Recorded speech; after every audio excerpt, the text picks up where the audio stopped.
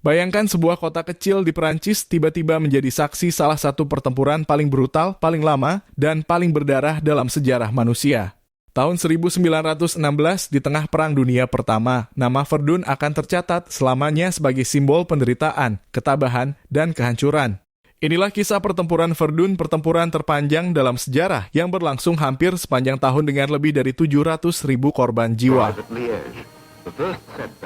Pada awal tahun 1916, Perang Dunia Pertama memasuki tahun ketiga. Di barisan depan barat, Jerman dan Prancis terjebak dalam perang parit yang mematikan.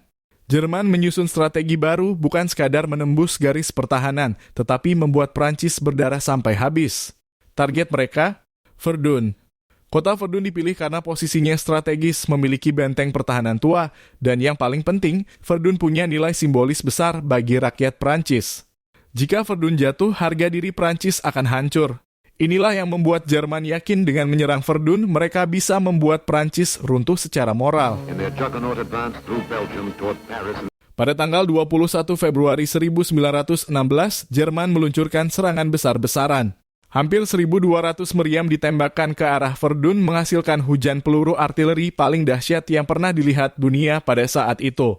Langit berubah gelap, tanah bergetar, dan suara ledakan menggema tanpa henti. Tentara Prancis yang bertahan di garis depan terkejut. Posisi pertahanan mereka hancur berantakan. Dalam beberapa hari, pasukan Jerman berhasil mendesak maju, menembus benteng-benteng luar Verdun. Dunia menyaksikan awal dari sebuah neraka. Di tengah kekacauan itu, Jenderal Philippe Pétain ditunjuk untuk memimpin pertahanan Verdun. Dengan semboyan mereka tidak akan lewat. Atau ILS ne passeron pas, ia memotivasi tentaranya untuk bertahan mati-matian. Prancis juga menciptakan jalur logistik terkenal yang disebut Voie Sacré atau Jalan Suci. Setiap hari ribuan truk membawa pasukan dan perbekalan ke Verdun tanpa henti. Meski diserang artileri, jalur ini tetap hidup bagaikan nadi yang menjaga Verdun tetap bertahan. Tentara Prancis yang datang tahu mereka mungkin tidak akan kembali. Namun bagi mereka, mempertahankan Verdun berarti mempertahankan kehormatan Prancis. Bulan demi bulan, pertempuran semakin brutal. Benteng Douaumont, salah satu benteng utama, jatuh ke tangan Jerman. Pertempuran kemudian bergeser ke Fort Vaux, di mana pasukan Prancis bertahan hingga tetes darah terakhir sebelum akhirnya menyerah karena kehabisan air. Setiap jengkal tanah diperebutkan dengan harga ribuan nyawa.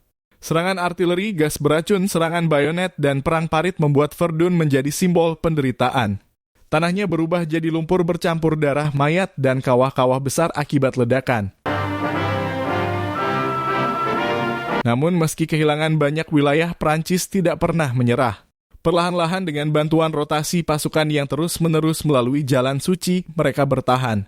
Semangat ILS ne passeron pas semakin berkobar. Pada musim panas hingga akhir 1916, kekuatan Jerman mulai melemah. Perang di front timur melawan Rusia serta serangan Somme oleh Inggris memaksa Jerman mengurangi tekanan di Verdun. Inilah kesempatan yang dimanfaatkan Prancis untuk melancarkan serangan balik. Menjelang akhir tahun 1916, Prancis berhasil merebut kembali sebagian besar benteng dan wilayah yang hilang. Setelah hampir 10 bulan pertempuran, Verdun tetap berdiri. Namun harga dari kemenangan ini sangatlah mengerikan. Lebih dari 300.000 korban jiwa, 400.000 terluka, dan kota Verdun hancur total. Tanahnya masih dipenuhi sisa-sisa perang bahkan hingga kini.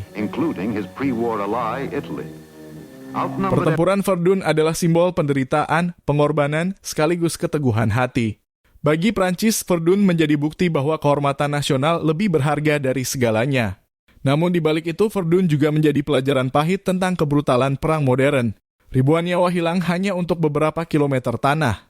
Pertempuran ini mengingatkan kita bahwa perang selalu membawa luka, bahkan puluhan tahun setelahnya. Verdun, kota kecil yang namanya akan selalu abadi sebagai saksi pertahanan terpanjang dan paling berdarah dalam sejarah manusia. Subscribe, like, dan komen untuk sejarah perang lainnya.